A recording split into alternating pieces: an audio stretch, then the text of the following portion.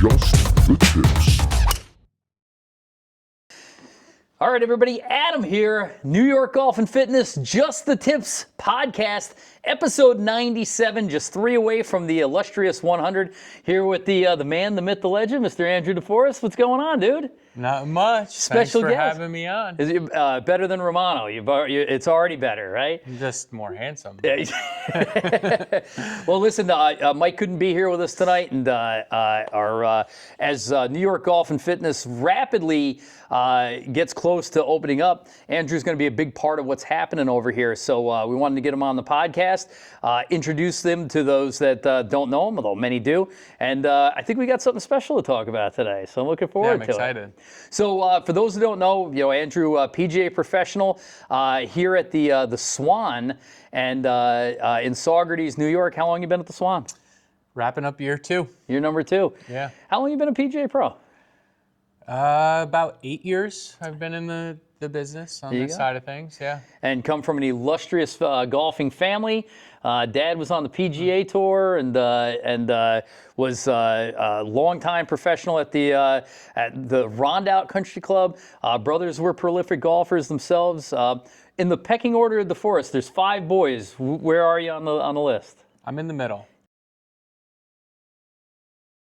You're in the middle. So yeah. I know there's John and Chris, and then Andrew. Then Ben and Ethan. Ben and Ethan? Yeah. Where, and we can edit this out, but where's Ben and Ethan these days? I don't see him around. Ben's out in LA and Ethan's in Columbus. My 2 older brothers are still local and members at Wiltwick and play a little golf here and there, but I would say that everyone's golf game's fallen off a lot since high school and college. That's funny, man. So, long story short, though, I met your dad back in 1988. I was washing dishes at Rondout Country Club for I think it was $3.95 an hour. We got to raise to $4.25 an hour, and the cart kid, I think that was his first year. The cart kid had moved, and they needed somebody to run carts. And I much prefer doing that to washing dishes, and then got a chance to work with your dad at Rondout for 5 summers. Yeah, I love that. Yeah, and got a chance to babysit Johnny. That was good, and your mom took good care of me, so that was awesome. But you grew up in the shadows of the willow trees at Rondout, right? Yeah, that was our free daycare, I guess. I mean, that's where we had to be when we didn't have school or another sport going on or something. I mean, that's where we had to be. That's it, man. So, my first recollections of Rondout were, we didn't grow up as a golfing family. We played Little League and, we watched the Mets and the Giants on football, but nobody in my family played golf. And when I got this job washing dishes, my parents would have to drive us up there. And I remember the course just being so green and the property being so big. And I saw when you came up, when I was there, they hadn't flip-flopped the 9s yet, but it was the 9th green was up on top of the hill when you first came in. I remember seeing a putting green for the first time. And I asked my dad, I go, how do they cut the grass that short? He goes, that's AstroTurf, right? But then your dad took really good care of me. I was 13 years old, and he let me work 20 hours a day, 7 days a week, all summer long. But I mean it sincerely. I mean, your dad took really good care of me, really helped me out a lot. But how old were you when you first started?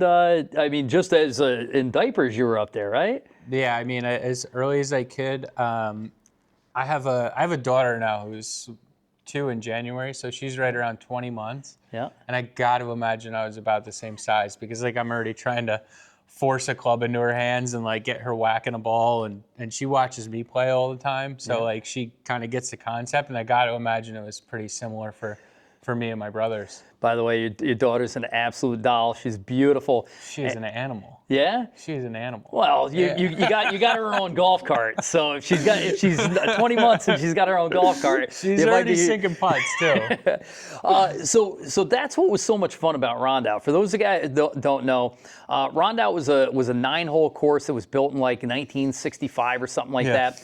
And then in the early 80s, they the families that will remain nameless, because I can't remember and I don't want to neglect anybody, but they bought up the course, they renovated it, and they turned it into an 18-hole course. Yeah. Did you ever hear the stories about how they raised the money to build the back 9? No. So that I can So there was the old driving range, right? Yeah. And this driving range was sat way up on a hill, and it went all the way down to a pond. And they all summer long they set up a stage, and they'd run major concerts there all summer long. And when you talk to the guys who used to work out there, they'd say they'd come in after a Friday night concert to play golf Saturday morning. There'd be like people sleeping on the driving range because the party never ended. Amphitheater. Yeah, man. It was natural amphitheater. It was pretty sweet. So when I started working there, it was your dad's first year. He'd just come off the road. He had that Ford Econoline van I think your grandpa gave to him or sold to him. I took 2 spills off the top of that thing. Did you? Yeah, 2 headfirst dives. Dad got in trouble for those. Well, it had a ladder on the back to get up. So, Dad thought it was a good idea for me to wash the roof. I think when I was like 4 or 5, he said, "Get the roof clean."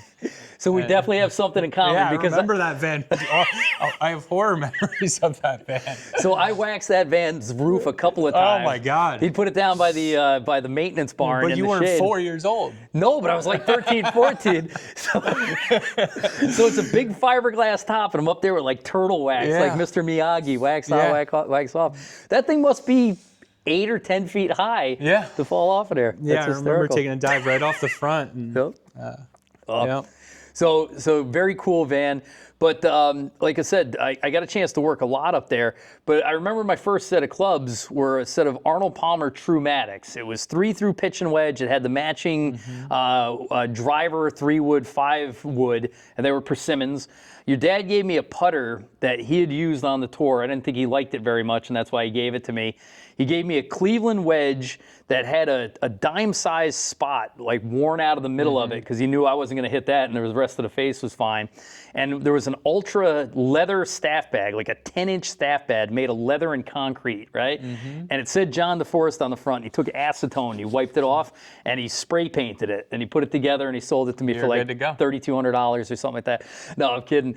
But he cut me a fair price. But those were my clubs, man. I remember that first set of clubs. I was like 13, 14 years old. That's awesome. And just carrying this freaking massive bag around Rondout, man. It was the best. So you guys there was always clubs coming down through the ranks. Yeah. Somebody was always the right size for those clubs. Do you remember some of those clubs of your youth, the ones that you were using? I have a memory of using when TaylorMade first came out with like the R series. It was like a 320cc driver. Yeah, humongous. And I remember I was 12 or 13, and we were holding the drive chip and putt at Rondout. And I was like, I got to win this thing. I got to win the drive. So I remember sneaking in the shop and just taking one right off the rack. And it was like a senior flex 12 degree. The thing was perfect for a 12-year-old, right? Yeah. And I remember ripping that thing, and I think I took home longest drive that day. That's awesome, man. So Rondout was kind of famous for competition. It was like a blue-collar person's golf course. There was a lot of plumbers and contractors that would come right off the job site in their work boots, throw on a pair of golf shoes. But they were excellent players. There was a lot of competition. There was some good money trading hands. But it was one of those places where I don't want to make it sound like it was degenerate, but gambling was a very prominent and important part of what was going on. I remember being like 16 years old and being in the pro shop one time, and number one, if it's the one that goes on the old side, it's the one that goes back towards towards Whitfield Road, not number one by the driving range. Yeah. But I got to the point where I said, "Oh, I can hit it inside the 150s," and somebody said, "No, you can't." I go, "Yeah, I can. I'm getting big. I can reach." And 20 people came out to the first tee, one ball. Everybody's trading money back and forth to see if I could knock it out there, and I did, but it wasn't in the fairway, and that was the deal, and I lost the money. But that's the kind of place it was, man. People would bet on a pigeon falling off. I remember fence. I used to just linger around the putting green when I was at it, even like 6, 8 years old, and try to bet my members for money. And I never had money. Yep. I never had money in my pocket. So like if I lost, then I'd just be like, sorry, go talk to my dad. But most of the time I would win. Yeah. And I just remember the same thing. A lot of blue collar guys that was their little getaway to go have some fun and gamble a little bit. But there was good players out there, man. There was guys that, I can remember guys like Bobby Decker. He'd come right on, hammer the golf ball. He'd come out off the paving truck and just hit the ball a mile. Yeah, he's like Paul Bunyan, swinging an axe. Some of the. Yep. And there was a guy, Andy Jankowski, who's I believe he was an electrician, an older guy, man, but he could get around the course like nobody's business, man. Yep. But there was Popper was awesome. Popper was really good. No kidding. There's a lot of players. Yeah. Knudsen. Single digits. I mean, under fives for sure. So it was funny because back in the day, it was like the blue collar guys of Rondout versus the IBM guys of Wiltwyck. Yeah. That was like it was almost like like Kingston versus Rondout baseball. It was that kind of thing. And today, it's a lot of those Rondout guys are right up there with the Wiltwyck guys, and they've made a really nice community that spilled over into the Swan. They brought a lot of that camaraderie on the weekend morning games and stuff. They've really brought that big group together where you guys probably have like 16, 20 guys that play pretty consistently in a 2-man game on the weekends and stuff. And that was all started at Rondout. Shout out to superfan Jesse Kazikoff, who still wears his Rondout windbreaker on occasion. The Kaz. There you go. Right? Yeah, he's got throwback gear for sure. No kidding, man. So there's guys like Brabham and Bird. They're legacy guys. Steve Owens, Ed Maldonado. Again, this is like a these guys raised me, man. I mean, I saw these guys more than I saw my dad. He was out working on the course. He had one of those unique roles where he became a part of the ownership of Rondout, around 2000, and really had to be very hands-on in order to get by. So a lot of times he was busy getting his hands dirty on the course where I couldn't really hang out with him there, and it meant just mixing it up with the members. Yeah. And I'll tell you what, there were such good guys. I just remember back to where they'd always be quick with a tip, but they would always be quick with like a piece of advice for you or something cool. I got a chance. I probably shouldn't name names, but one very famous George the Greek. George the Greek. George was a prolific player. Terrible swing. Probably one of the terrible. He learned at Rondout. So this goes back to the gambling. Yep. Right. He picked up a golf club at Rondout. He decided to start playing, and back in the early 90s, there was a lot more gambling going on, I think. Yeah. And he was a 25-30 handicap or so, and he was just losing so much money. He was losing money every week. I mean, a lot of money that he learned. He had to teach himself how to play golf better. Yeah. And I think that's why the quality of golf was pretty high, because if it wasn't, then you were going to lose your shirt. Yeah. And that, so I can remember you knew if George was on the course because, and this was metal spike days, but he had such a swing that he would literally twist his body around, and there'd be these like daisy spins like on the tee box, and you're like, oh, George is playing today.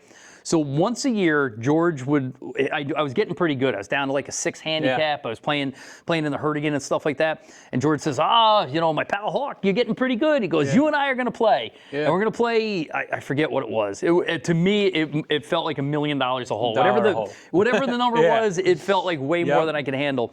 And what I appreciated about him is he threw me the ass kicking of my life. And we played once a year. We played 5 times. And he wouldn't take his foot off the pedal. He would throw me a beating. And I remember the one day handing like an obscene amount of money. I think I lost like 8 holes to the guy, right? And he took the money and he would take off his hat and he'd rub it in his hair. He says, "Thank you, Hawk." He put the money back. And a couple of weeks later, he'd go, go grab my clubs out of the car. I need you to wash them up. Make sure you do the shoes and the whole bit. Put them on the cart. And I would. And he'd throw me a $100 bill, which was way more. It was way more than I lost to him gambling. George was the best. It was good for a kid my age to get humbled, to get beat, and have to pay that. Yeah. And it was also good to be like, okay, he took care of me at the end. I remember my dad telling me about taking George to I think it was a pro-am at like Westchester Country Club. And it was a 90-something yard par 3 where they're all spinning wedges off the green and stuff. And George hits one up there, and he had a funky swing that hit this big slice, and he sliced it up there, and it spun and went in. And my dad goes, "George, amazing shot. Like, what did you hit?" And he goes, 5-iron. That was like when he was like a 25 handicap, and that's as far as he could hit it because he had such a over-the-top, funky spin-out move that he was hitting 5-iron 95 yards. I'm telling you, but what a competitor. And there were so many. I can remember guys that, like like sometimes they would come in like Friday night and they'd play cards in the back room Friday night, play golf all Saturday, cards all Saturday night, and golf all Sunday. You know, and you go and again, I'm a teenager and I'm like, how much money is passing hands? Everybody had new Cadillacs and stuff. It was just, dude, it was such a blast, you know. But I remember some of the characters that worked there, like Ernie Steinhofer, the greens superintendent, and Ernie loved that course. He loved it very deeply, you know, and all he wanted to do was grow that grass the best he could, man. Who was the super when you were there? At the end, there was Francis. Okay. Francis O'Donnell. Marty Williams was there for a little bit. He also spent some time at Hudson Valley. Charlie, what was Charlie's last name? He runs Camping World now. Charlie. I'm hitting a blank. He was there for a little bit, but yeah, really, really quality staff. We always had an interesting crew down there. It was always fun. But you know, I think that Dad always took good care of him, and so he got a lot out of him because they really respected him. So Rondout was I think in retrospect must have been a very hard course to maintain, for the pure fact that I think 14 holes had water on it. Right, almost every hole had a pond, but the irrigation was older, and I know they were always fighting the irrigation. It was always a priority when in the summertime and it got hot and dry.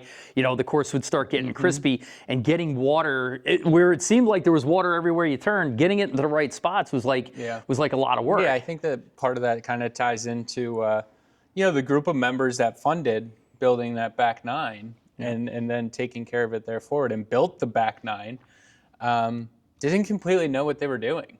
I mean, they were all blue-collar guys, and they could run an excavator and they could run a machine, no problem. But when it came to actual like golf course design and how to lay out the irrigation and these things, I think that I'm not sure they knew completely what they were up to out there. Yeah.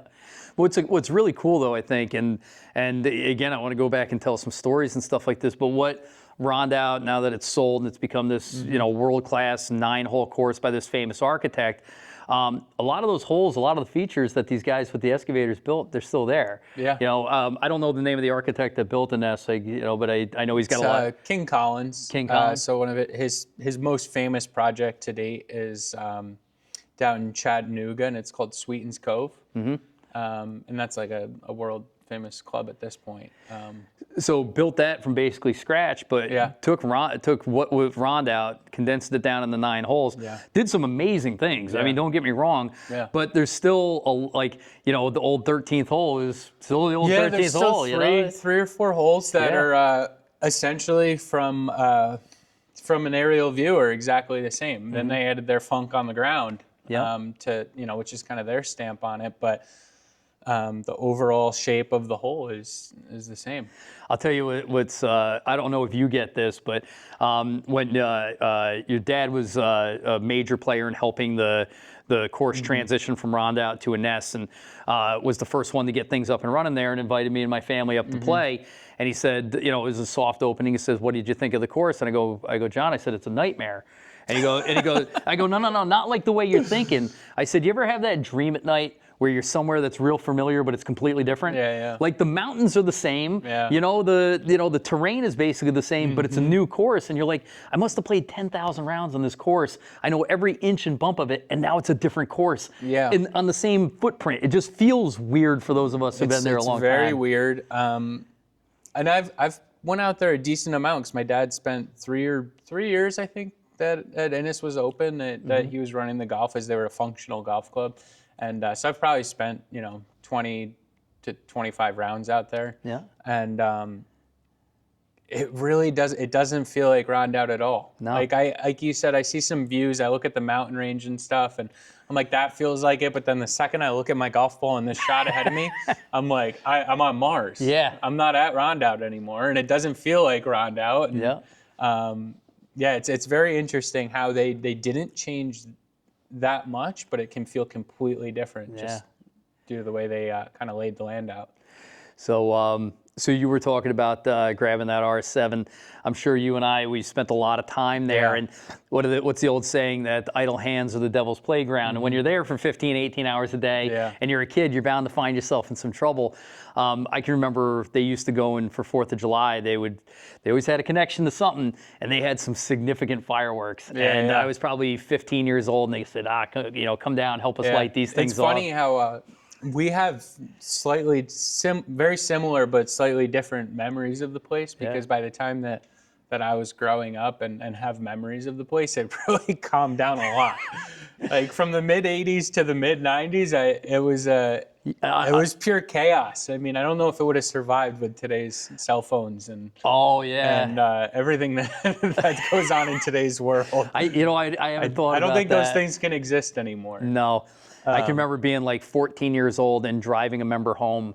Like at 14, because that was the good decision at that point. But there was a bartender up there. His first name was John. Greatest bartender I ever saw. And he was such a nice guy, and he wanted to learn how to play golf. So at night, after he was done, we'd go out and play. And when it rained, to me, rainy days at Rondout were the best. Everybody stayed away except for some key staff. Sometimes I never got a chance to play a lot with your dad. He was always so busy, and he was a big idol of mine. He just hit the ball so far, and he's such a good golfer. It was just all of us kids wanted to emulate him. And on rainy days, I'd get a chance to go out and play. But, you're a pro, that's your job. And you're like, it's raining, I'm going home. And I'd stay. There'd be one person on the course or a project. So John and I would hit balls off the dining room floor out the glass door onto the green, which back in my day was number 11. I think it was number 2 when you were there. But the carpet set up perfect. Yeah. And you could have a closest to the pin contest from the dining room all day. Yeah, I remember every year the Calcutta, we would throw a mat right above the stairwell, right on the deck, and we'd have a closest to the pin contest. Like everyone's a few cocktails in, and we're just hitting it right down the railings. And there were several balls that hit railings and came back, and there was holes in the siding. And I think I remember someone getting hit at some point. Dude, it was loose. It was so much fun. And it was such a tight community. People just took care of each other. Like I said. By the way, the Calcutta, I put a $20 bet on Mickey Avery to win the Calcutta, and his team came in, and the way the Calcutta was structured, there weren't, if there nobody bet on the team and that team came in, I won $6,000. I bought my first car with a $20 bet from the Calcutta, 86 Toyota Celica GT, 5-speed. Look at that thing was pretty sweet, My favorite Calcutta story, going back to George the Greek, was it went into a playoff, and they did a couple holes of sudden death, and it was down to 2 teams, and to George, and I won't mention the other guy, but they hated each other. Yeah. And so my dad decided we're just going to do it closest to the pin, because this can't go on. It was getting dark. 100 yards out on the second hole, down below the range there, and George, the other 2 guys hit, and one of the guys hits it to 10 feet. Yeah. Now it's George and his partner left, and George's partner starts pulling his club out of his bag. And George is like a 12, 13 handicap with a horrendous golf swing. Yeah. George grabs his arm, slams his club back in the bag, and he says, "Put him away. I got this." And we're all looking at each other cracking up, because they're 10 feet. Right? There's a lot of pressure on these guys. George gets up, makes his slash. It was a slash at the golf ball. The ball isn't even halfway there. And he looks at the guy that he doesn't like, and he goes, "Case effing closed." Ball hits the green about 3 feet from the pin and just stops right there. Oh, man. It was absolutely one of the most epic clutch shots I've ever seen in my life, from one of the worst golf swings I've ever seen in my life. But he knew he was going to do it. But that's the thing it was the confidence. He was such a gamer, dude. It didn't matter. It didn't matter the clubs. It didn't matter his swing. He was going to win.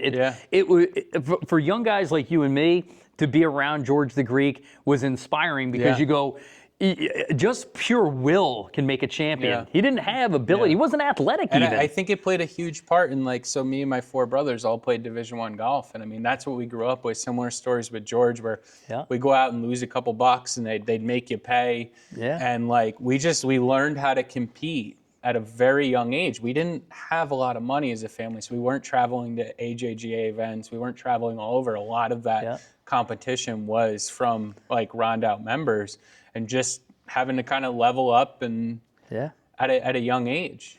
Dude, it was so much fun. I think back to those days so fondly because, again, you really only had two things to do. You had some work to do around the course, and you had golf to play. Yeah. And there was always somebody looking for a match, and there was always somebody new to play with, and the course was great, and it was always challenging. And, you know... it's such a good layout. Yeah. I mean, it's funny. And in today's world, I mean, they're just the new modern layouts are so different, and they're really trying to open things up. And I just remember just feeling like I had to go out and kind of stripe it at Rondout. Yeah. And it was a playmaker's course, and you had to have control of your ball, or else you're going to find a lot of those hazards you talked about. Yeah. So the stretch on the back, I can remember, and again, we'll talk about when, again, I mentioned it, when I was a kid there, the first tee was in front of the pro shop, and then I think it's just because of the way the sun rose. In the morning, you'd be teeing off into like the blinding sun, you couldn't see it, so they moved it to the back. So if you use your contemporary tees, 10, 11, 12, 13, 14, 15 was just this epic nightmare. Yeah, that was like the, that was our amen corner. Like that was where rounds were either made or they were ruined on that corner. I mean, 2 par 5s and a short 4. So if you're playing in a lot of those member games, you're playing the white tees, and a lot of the 2 5s were gettable, and the 14th was a drivable 4, but you had to go around some trees, and there was a pond, and I mean, you could walk out of there with 3 eagles or 3 doubles. Yep, and matches were made and lost there, and they were so much fun. And when it got hard in the summertime, and that ball wouldn't stop, and there's never seen fairways that firm. No. And crowned. So 14 was crowned with a pond on each side. 15 was it rolled down into a pond, and then 15 was ponds on both sides and a peninsula green. You had to hit it in the middle, and you had to shape. You had to shape the shots to get them to run the terrain properly. But I remember not getting a tee in the ground. What was your best score at Rondout? Do you remember? I shot a 63, I believe, was my lowest. Oh my God, dude! Really? Yeah, I think my lowest round ever was I had an 8 under on the back 9, and it got dark, and we couldn't turn to the front. Are you kidding me? Yeah, so that great round was ruined. I witnessed the course record. I witnessed one of my brother's college teammates shoot 62 the morning of my brother's wedding. Which was hysterical because we went out for 9 holes, and he turned in like 6 or 7 under, and my brother had to make the call like, honey, we're going to be a little late. You don't understand. He's 6 or 7 under right now. Wow. Like we need to stay. He called and said, I'm going to be late to the wedding? Because we need to see what Frank's going to shoot. Wow. Yeah. Holy cow. Frank ripped off 10 birdies that day. That's outrageous. Yeah. That's so. It was funny because I left Rondout in '92. I went to college and then became an insurance executive and had a family and didn't play golf for a while. But you guys were famous because the Deforest, you were in the paper, you were winning all the junior tournaments, you were dominating the high school, and then everybody went away to school. But I only got to see that through like the Kingston Freeman. So hearing these stories makes me feel awesome because your dad held the course record for many years, and I think that was 65 or 66. Yeah. And then every one of you guys just came and dominated and like, hey, old man, get out of the way. Yeah.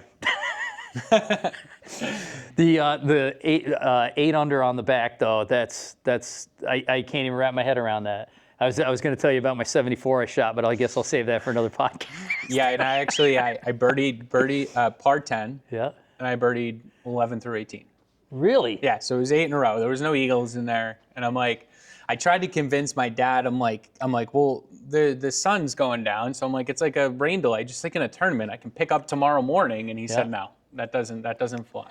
It was funny because your dad is such a person of integrity, not just about the way he runs his business and the way he handles his life, but certainly about golf. And I can just remember being a kid and just having a tough day on the course. But I was out there by myself and I'm yelling and screaming. I'm probably no right to be doing this. I don't have any game anyway. And when I got back in, he kind of grabbed me by the shoulder and sat me down and was like, listen, dude, he's like, you represent the course, you represent me, and there's just no place for that kind of stuff in golf. And I still think about that when I'm yelling and screaming out there. I still haven't figured it out. Yeah, he definitely tried to instill that in us, and wasn't very successful, unfortunately. We were a bunch of crybabies out there, and and that definitely wasn't his favorite. I remember, I'm not going to name which brother, but I think he started like bogey in the Herdigan on 1 and 2 at Wiltwyck, and after his second 3-putt on 2, he was whining, and my dad said, listen, if this isn't going to stop right now, then like I'm leaving. Yeah. And it didn't stop by the time they got to the third tee, and Dad was in his car leaving, and he left him out there all by himself. There you go, man. There you go. So, like I said, we always talk about, these podcasts are supposed to be 15 minutes, and we get talking, and the next thing, an hour scoots by. But I do want to talk about, your current project at the Swan. Like a lot of great courses, the Swan went dormant a little bit for a couple of years, and then when they decided to reopen, they recruited you from Silo Ridge, a famous course, and you came out. Do you want to tell us some of the things that have been going on at the Swan? Yeah, when the Swan job presented itself, well, even the year before, I knew the owners, and I approached them and said, hey, if you guys ever want to do this thing, like, I'm your guy. I always wanted to be in the Hudson Valley. I loved what my dad had created at Rondout, and that whole atmosphere and the family and the camaraderie and everything. And for whatever reason, I always knew I wanted to be a golf pro, but was never drawn to like Westchester, Long Island. I always kind of wanted to be in this area, and I wanted to find that somewhere. So when the Swan job opened up, I said, I really want to be a part of this thing. I think it's a really fun golf course. It's an insane facility with a lot of potential on the events side of things, and just a lot going on there. So last year they brought me on in April, and we opened Father's Day weekend. So mid-June we opened. The golf course got to a point that we thought it was playable. And it was in decent enough shape to allow golfers. And it's been a 1.5-year process of continuously getting better, and really proud of what it's become. I mean, it's in phenomenal shape. They've really done a great job. So I was just about to say, I mean, it's got a really groovy layout, a really fun, cool, playable course. You're up and down the mountain and stuff like this. But we got a chance to play with you not long after it opened, and it was in very good, very playable condition. Yeah. But then I'm playing other places, and I start hearing people talk about, have you heard about the Swan? Have you seen the greens at the Swan? Do you see the fairways at the Swan? Oh my God, the Swan's in unbelievable shape. Shout out to Mrs. Fury, because she's singing praises like nobody. So we come back out there. It's unbelievable what you guys have done with the condition of the course. I hope you don't mind. I've heard you guys have got some advice or some help from what do they call it, an ergonomics professional, the local gentleman who's helping. So we've brought on Brent Paulson this year, who's done an unbelievable job kind of managing our staff, our maintenance staff. Controlling our sprays and doing all that stuff. But I mean, really a lot of credit to the ownership for kind of creating a budget and sticking to it. And even in the beginning when things were a little bit slow, but just seeing kind of long term, we got to keep spending this money. We got to keep doing this to eventually have the product that we're proud of. And I think we're finally there, because the course is unbelievable. I mean, even now the greens are flying. Yeah, they're flying. We're having our Pro-Am on the 20th on Monday, and I'm so excited to get it set up in a tournament fashion and tournament ready and stuff, just with the pins and the tees, and just play it in its entirety. So again, when you talk about pride, you guys should be proud. I mean, the amount of work and labor that it took to get that ready, and talking with some of the members and the folks that work out there, I mean, it's your leadership that I know a lot of people really appreciate. I was playing with somebody, and they said, "Oh, do you see these steps that go up to here?" They go, "Yeah." They go, "Andrew literally dug those in by hand." And again, that kind of goes back to your dad. Shout out Steve Owens. There you go. Yeah, I was gonna say. Steve would not be proud of those steps. I'll tell you that right now. Well, master bluestone mason. Yeah, no. But bottom line though is you're leading the way, not only with your knowledge and putting the tournaments together and stuff, but literally like, hey, we need an easier way to get up to this really cool tee. let me get a shovel and and some bluestone and get out there.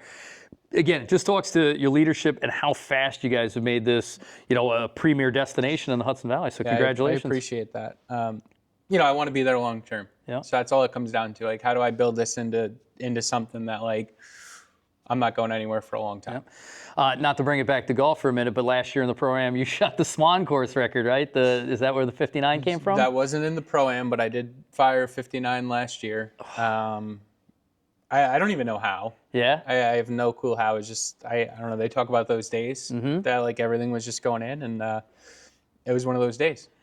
That's unbelievable to think about what it takes. And again, the Swan's not I'm putting well, so I'm going to shoot 59. I mean, it's a player's course. You got to shape the ball. Yeah, you got to shape the ball, and there's definitely some local knowledge to it where it's just kind of, if you can avoid some trouble in some areas and play holes a certain way, you get your fair share of birdies, and I think that's why your everyday, call it bogey golfer really appreciates it and enjoys it, because you might go out there and you probably make 6 doubles and 6 pars, and then you got a couple birdie chances more so than other places where you go and you have 14 bogeys and 4 pars. Yeah. You get a little more variety on score, which is fun. Yep. And if you have one of those days where everything magically comes together, it has the potential for a great score. I mean, not a 59, but that really is incredible.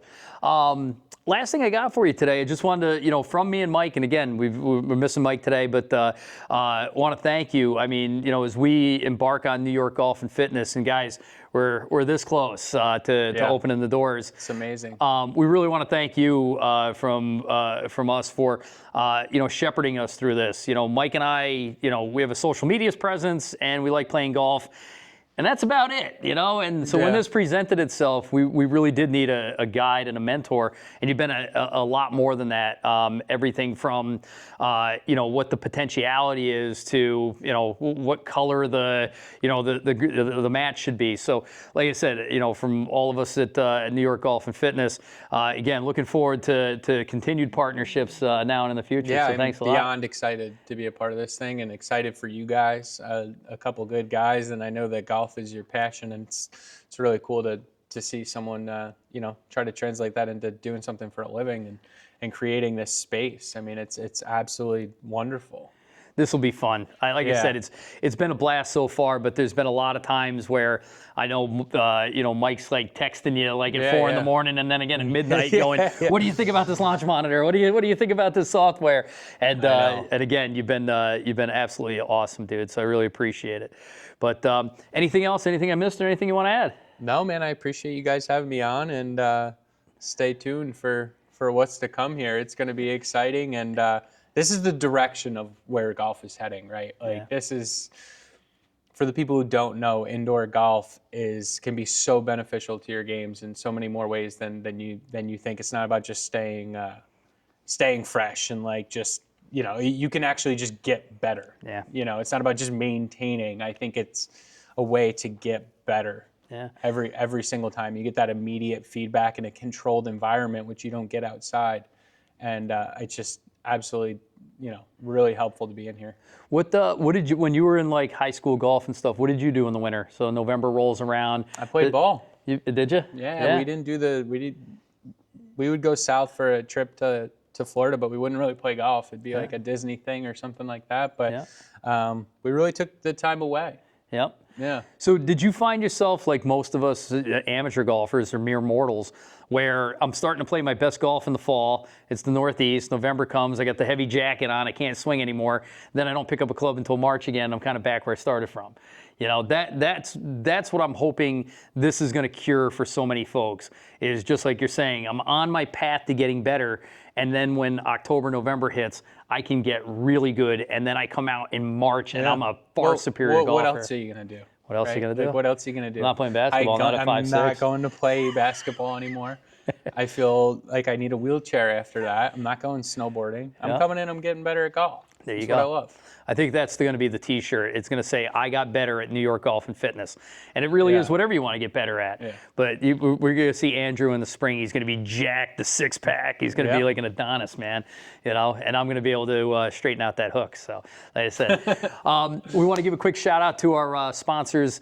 Again, thank you to all the Mike Strantz courses, to Stonehouse, to Royal New Kent, Tobacco Road, Todd Hill Farm, Caledonia and True Blue, and especially the Steve Dresser School. Shout out to Stuart and Dave down there. If you're in the greater Myrtle Beach area, make sure you stop in and get your short game on and your long game. And if it's raining or if it's chilly out, get up to North Myrtle Beach. Go see Chris Griffin at the Mashie. He's got the world's best indoor golf institute in the greater northern Myrtle Beach area. It's an absolute blast. Go to Golf League, buy your shirt, put in just the tips. The new New York Golf and Fitness design will be dropping very soon, so you want to be on the lookout for that. And don't forget to go to the Swan. The fall foliage in the upstate. There's nothing better. It's about to hit. So when you're sitting up on the top of number 6 and you're looking at the Catskill Mountains, you might have the best view of any golf course in the valley. It's insane. Yep. Come check it out. All right. Listen, go to the Swan. All right, guys. I'm Adam. Andrew. Just the tips. Yo!